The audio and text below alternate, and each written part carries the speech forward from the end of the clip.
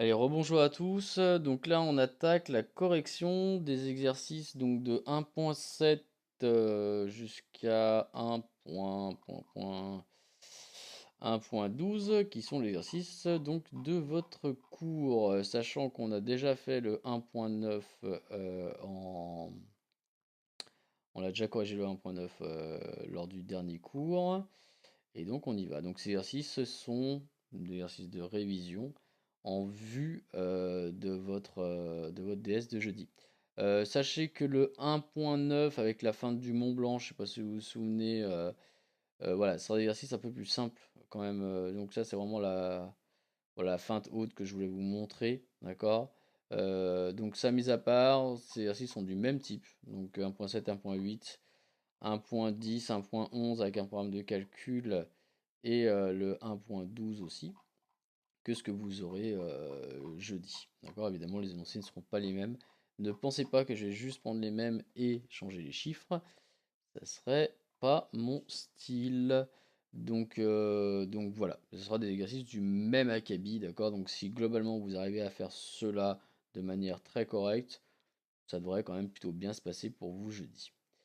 Allez, on est parti sur le 1.7. Donc, trouver de nombres de signes contraires dont le produit est moins 28. Alors, je vais faire du moins 28 et c'est un produit. Un produit, je vous rappelle, c'est une multiplication.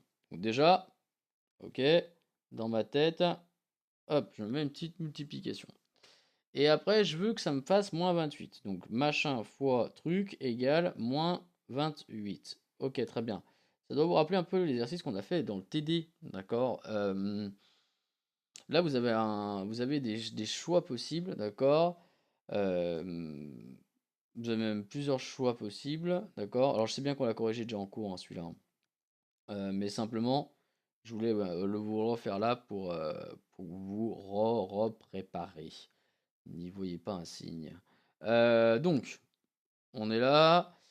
Donc là, je vois un résultat négatif par une multiplication. Ce qui fait qu'un de mes deux facteurs, forcément, faut qu'il soit négatif. Et que l'autre, faut qu'il soit positif. D'accord. Et ben on y va. Alors, moins 28, bah, je vais multiplier par 2 parce que j'aime ça. Et donc, je vais faire moins 14 fois 2. Ça marche, ça fait moins 28. D'accord. Il y a plein d'autres variantes, hein. J'aurais pu faire, par exemple, 4 hop, fois moins 7. Ça marche aussi, ça me fait du moins 28. D'accord. Moins 7 fois 4. Ça marche aussi. Voilà, il y en a plein. Alors, je me souviens d'un petit malin qui était Florian dans mes souvenirs, qui m'avait fait du moins 28 fois 1. Évidemment, ça marche. C'est malin, ça marche. Il n'y a aucun problème. D'accord. Donc, on continue. Trouver deux nombres négatifs dont le quotient. Alors, quotient, c'est une division déjà. Hop, je me marque ma petite division dans ma tête. D'accord. Évidemment, là, il faut me faire une phrase-réponse, hein. D'accord. Ouais, ouais, j'ai pas été bien clair là sur ce coup. Faut me faire une petite phrase-réponse. Une fois que vous avez trouvé ça, ça c'est du domaine du brouillon, ce qu'on a écrit là. Et vous me dites les deux nombres sont moins 14 et 2. Ou les deux nombres sont 4 et moins 7. D'accord. Ok, très bien. Bon, je vais pas le marquer, vous avez compris. Trouver deux nombres négatifs dont le quotient. Donc là, hop, je reprends. Mince. Yep, je reprends. Donc c'est une division. Donc je dois diviser deux nombres pour que ça fasse du 2,5. D'accord. C'est positif. Un quotient positif. Ben moi je vais diviser deux nombres positifs si j'ai envie. Donc je vais faire 5 divisé par 2, ce qui paraît le plus simple pour avoir du 2,5, hein. D'accord. Après, si vous voulez vraiment aller chercher, on va dire quelque part le défi, d'accord, on peut aussi diviser deux nombres négatifs, ça me fait un chiffre positif. Donc je peux faire moins 5, la même chose avec moins 5, et yop, et moins 2. Ça me fait aussi du 2,5. Voilà. Donc ça marche bien, d'accord. En fait, là, ce que je veux, c'est que vous m'appliquez les règles à l'envers. Vous avez vu. Trouver deux nombres de signes contraires dont, c'est pas son, c'est dont, d'accord, dont le quotient est moins 6. Et ben encore, rebolote, c'est encore une division, sauf que là, je veux que ça me fasse du moins 6, donc je veux un quotient négatif. Pour avoir un quotient négatif, il faut que je divise absolument un chiffre positif avec un chiffre négatif, ou un chiffre négatif avec un chiffre positif. Mais il ne faut pas qu'ils aient le même signe. Point. Et ben, je vais prendre par exemple 12 en chiffre positif et moins 2 en chiffre négatif. Ça marche. Trouvez trois nombres dont le produit est moins 60. Alors, moins 60, produit de trois nombres. Donc j'ai trois nombres à trouver. D'accord? Pour avoir un produit qui est négatif, d'accord, je vous rappelle qu'il vous faut un nombre impair de facteurs négatifs. Oh, oh, je me répète. D'accord? Si vous avez un produit avec plein de facteurs, d'accord? Plein de facteurs. Pour savoir le signe de votre produit, simplement vous comptez les chiffres négatifs qu'il y a. Si vous tombez sur un nombre impair de chiffres négatifs, votre résultat sera négatif. Si vous avez un nombre pair de chiffres négatifs, votre résultat, lui, il sera positif. D'accord? Donc là déjà, je dois avoir un nombre impair de nombres négatifs. Alors, vu que j'en ai que 3 facteurs, des chiffres impairs entre 0 et 3, il y a 1, qui est bien, et il y a 3. D'accord? Donc, on a ça. Alors, on y va. Par exemple, pour faire 60, je vais faire 6, 5 et 2. Ok? 6 fois 5, 30. 30 fois 2, 60. Et je vais mettre un nombre impair de chiffres négatifs. Donc 1 par exemple. Hop. Et là, ça marche. Parce que ça fait 6 fois 5, 30. 30 fois moins 2, moins 60. Ça roule. Je peux aussi faire 3 si j'ai envie. Donc une solution, c'est 6, 5 et moins 2. Une autre solution, c'est moins 6, moins 5 et moins 2. Oui, ça marche. Pourquoi? Parce que moins 6 fois moins 5, ça fait 30. 30 fois moins 2, ça fait moins 60. Donc une autre solution, c'est moins 6, moins 5 et moins 2. Voilà. Allez, on passe à l'exercice 1.8. Ah, c'est embêtant ce truc. Hop.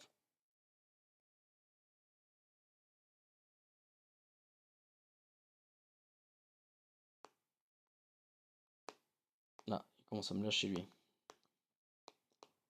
Allez, me lâche pas.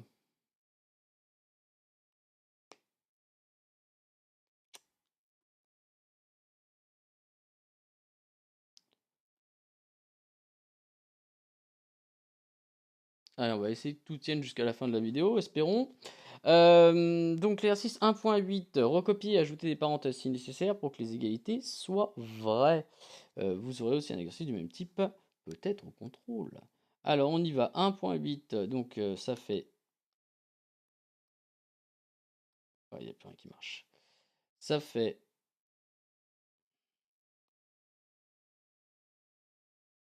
5, ça y est reparti. Moins 9 fois 3 égale moins 12. Alors là, il faut être malin, il faut mettre des parenthèses bien au bon endroit. Alors, 12 pour l'obtenir, une multiplication, j'aimerais bien obtenir un petit 4, quoi, ça serait sympa ça. Et de préférence, même vu que j'ai un 3 là au dénominateur, j'aimerais bien obtenir un moins 4. Comment je fais pour obtenir un moins 4? Ça serait bien que je mette des petites parenthèses ici. Pourquoi? Parce que ça me fait 5 moins 9, 5 moins 9, ça me fait moins 4. Moins 4 fois 3, bingo, ça me fait du moins 12. D'accord? Allez, on est parti sur le suivant.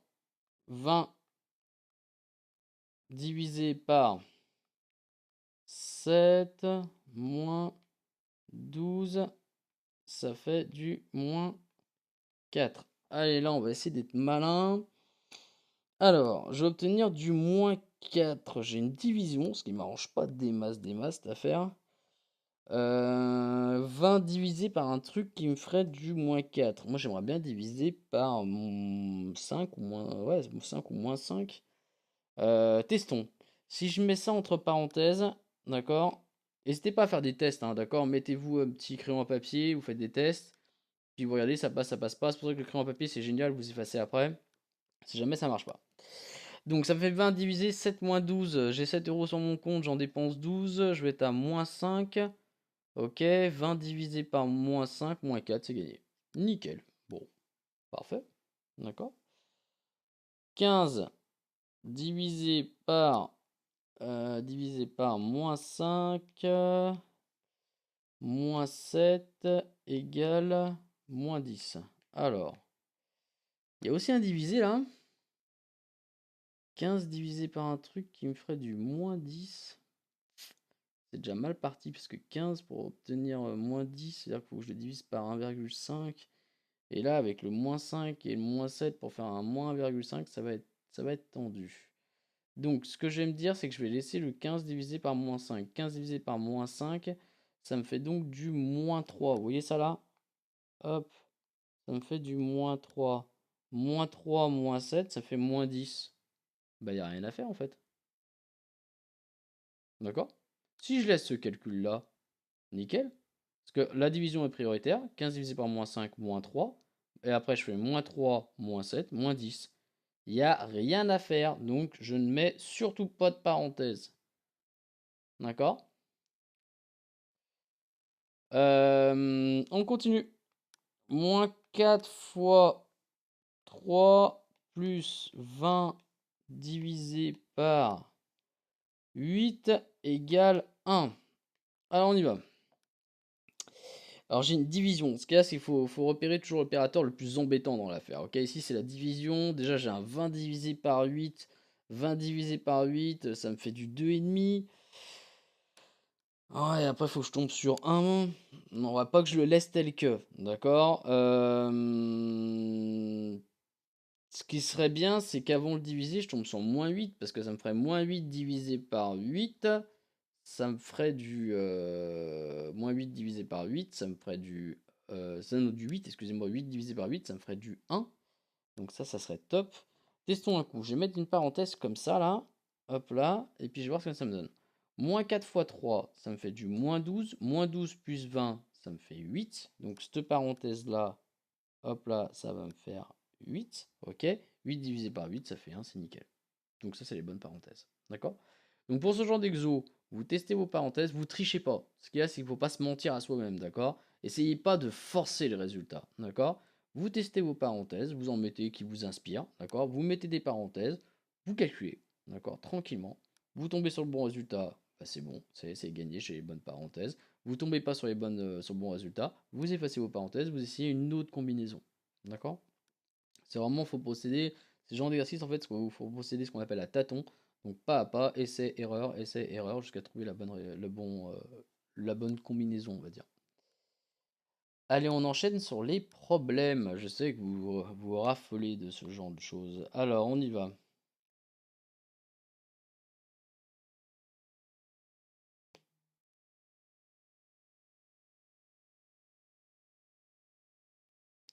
C'est reparti. Alors, le samedi soir, Johan fait une partie de poker avec ses amis. Il commence la partie avec 100 jetons en main. D'accord? Voici le bilan des 5 premières manches. Donc la manche 1, il a gagné 45. La manche 2, il en a perdu 60. Manche 3, il en a gagné 90. Manche 4, il a perdu 130. Et la manche 5, il a perdu 250. Je pense qu'à tous les coups, on va vous demander combien il a de jetons à la fin. D'accord?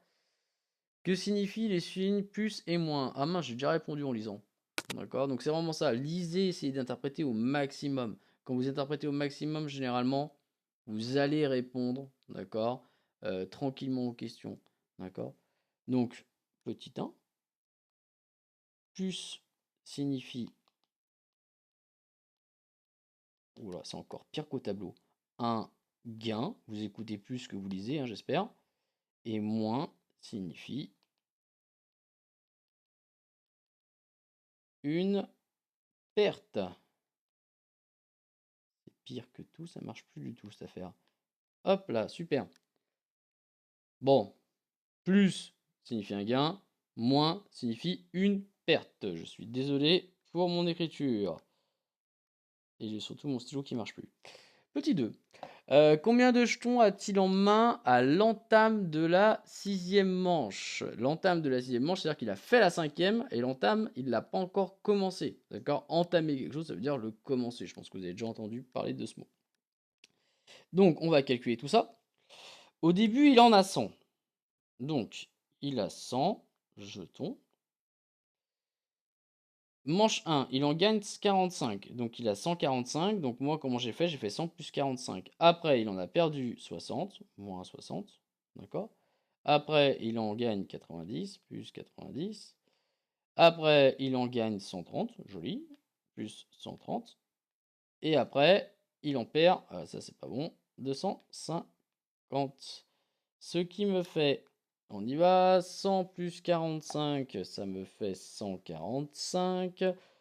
145, attendez, est-ce que je peux être malin dans cette affaire? Ouais, on va y aller de gauche à droite, ça va être plus simple pour la lecture, d'accord? Alors après, on peut être plus ou moins malin pour faire les calculs, d'accord? Donc 145 moins 60, ça me fait donc du 85, si je me plante pas. Attends 2 secondes que je calcule. Donc ça me fait du 85. Bon, on va y aller étape par étape en fait. On va pas se casser la tête. On va faire ces trois là d'un coup parce qu'on va pas en faire que deux d'un coup. Donc tout ça, ça me fait 85. 85 plus 90 plus 130 moins 250. Surtout là en fait ce qu'il faut c'est que maintenant que j'ai la bonne logique, je vais pas me précipiter, d'accord? Je vais y aller tranquillement, histoire de pas faire d'erreur de calcul. 85 plus 90, ça me fait donc 175, plus 130, moins 250, égale 175 plus 130, ça fait 305, 305 moins 250, et donc 305 moins 250, ça fait 55, 55, donc il a 55 jetons.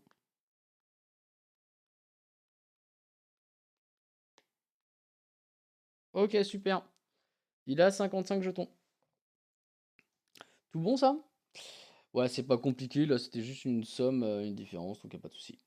Sachant qu'un jeton rapporte 2,50 euros, combien rapporte... Oula, ça a pu, quand j'ai tapé ça, moi ça devait pas aller. Hein. Combien rapporte Johan s'il décide d'arrêter de jouer avant la 6ème manche? Eh ben il a 5 jetons, le garçon. Donc ils ont donné qu'un jeton, ça rapporte 2,50, donc ça me fait 55 fois, hop, 2,50. Hop là. Et donc, je vous rappelle qu'on multiplie par 2,50, vous doublez et après vous rajoutez la moitié. Donc, ça me fait 55 plus 55, ça me fait du 110. Et 110 plus 27,5, ça me fait du 137,5. Vu que c'est des sous, j'arrondis à deux chiffres. D'accord? Il a gagné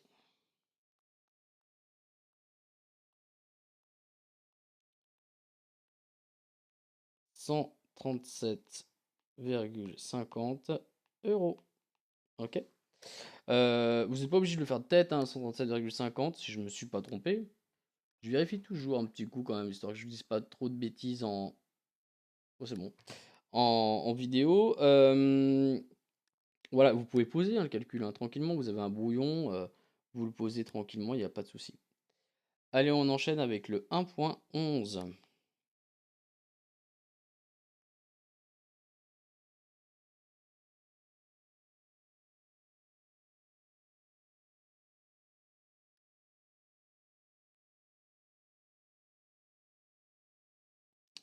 On y va. 1.11, voici un petit programme de calcul. Alors ça, normalement, vous l'avez vu l'année dernière. D'accord? C'est choisir un nombre, puis après je maltraite en ajoutant, soustrayant, multipliant, enfin voilà. Donc je choisis un nombre, je soustrais 7 et je multiplie par -3. Ok, c'est parti. Donc d'abord on me demande de le faire avec 5. Donc qu'est-ce que je fais? Je fais 5 moins 7 et après je multiplie par -3. Et ben j'y vais, 5 moins 7, ça me fait donc du -2. -2 fois -3 et donc ça me fait du 6. Ok. Après, on fait pareil avec 2. 2 moins 7, hop, fois -3. 2 moins 7, ça me fait donc -5, fois -3, ça me fait donc du 15. Ok, très bien. On continue, je compte demande encore de le faire avec 9. 9 moins 7 fois -3. 9 moins 7, ça fait 2, fois -3. 2 c'est positif, -3 c'est négatif, mon résultat sera négatif, ça me fait donc du -6. Ensuite, alors attendez, petite session effaçage.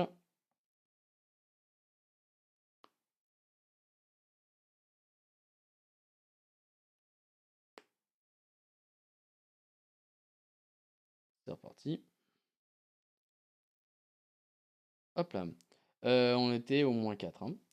Donc, pareil, je fais moins 4, moins 7 fois 3. Alors, moins x4, moins 7, ça me fait donc du moins 11. Hop, fois 3. Bon, le parenthèse était mon fois moins 3. Vous voyez que tout le monde fait des erreurs de lecture. Hop là. Fois moins 3, moins 11 fois moins 3. Je multiplie deux chiffres négatifs entre eux. Mon résultat est positif, ça fait 33. Ça, c'est tout bon. Et enfin, je finis avec le moins 10. Moins 10, moins 7 fois moins 3. Moins 10 fois 7, ça me fait donc du moins 17. Fois moins 3. Pareil que tout à l'heure, je multiplie deux chiffres négatifs, mon résultat est positif.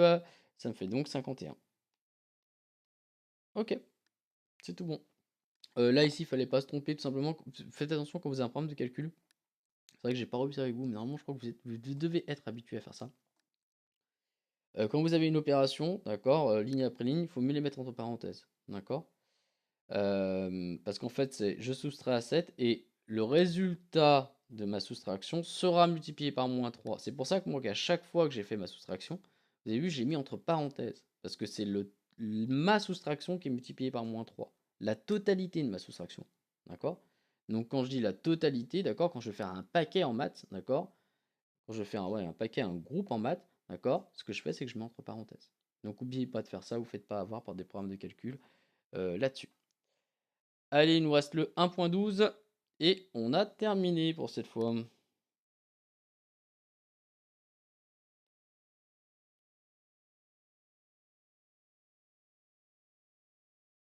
Allez, le 1.12. Parmi les règles de sécurité pour la plongée en apnée, l'une concerne le temps passé à la surface de l'eau entre deux plongées pour éviter l'accident de décompression. Jusqu'à moins 20 mètres, le temps de surface doit être au minimum 2 fois plus long que le temps d'apnée. Donc, hop, je prends mon petit brouillon là parce qu'on m'a dit un truc important. Donc jusqu'à moins 20 mètres, ok, c'est 2 fois le temps, d'accord. Le temps de récupération est 2 fois plus long que l'apnée. Ok, ça marche. Au-delà de moins 20 mètres, d'accord. Donc, hop, ça c'est jusqu'à moins 20 mètres. Et après, quand je vais aller encore plus profond, d'accord. Ici, c'est moins 20 mètres jusqu'à le plus profond que je puisse aller. Le temps de surface doit être au minimum égal à la profondeur divisé par moins 5. Donc ça me fait profondeur divisé par moins 5. Ok.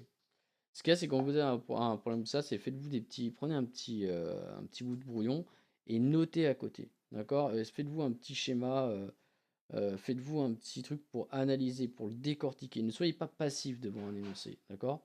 Sinon, vous allez vous faire absorber par l'énoncé et globalement, vous allez sortir de cet énoncé, vous allez le lire et puis essayer de décortiquer. Là, clairement, qu'est-ce qu'on va me demander? J'ai même pas lu les questions. C'est qu'on va me dire, on va me donner des profondeurs, on va me dire, ouais, si tu plonges à temps, quel sera ton temps de récupération? D'accord. Et je vois qu'il y a deux cas de figure. Soit je suis à moins de 20 mètres, et à ce moment-là, je multiplie simplement par 2. Ok, c'est tout con.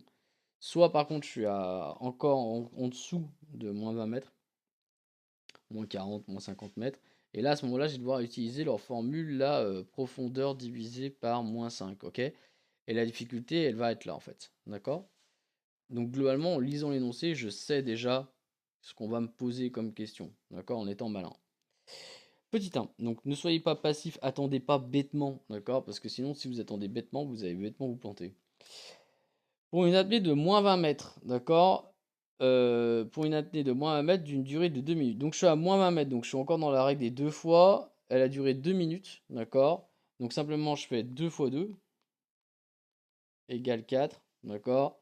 Le temps de surface, je ne vais pas vous l'écrire parce que ça va être encore plus euh, encore pire d'habitude, quoi. Mais là, simplement, ce qu'il faut écrire, c'est le temps de surface doit être d'au moins 4 minutes. Allez, parce que là, je suis encore dans le cas moins de 20 mètres. Alors maintenant, c'est parti. Je suis à moins 25 mètres et d'une durée de 3 minutes. Donc là, on y va. Ce que je dois faire pour faire ça, je dois prendre ma profondeur. Donc ma profondeur, c'est moins 25. Et moins 25, je dois le diviser par moins 5. Alors déjà, on va voir ce que ça me donne.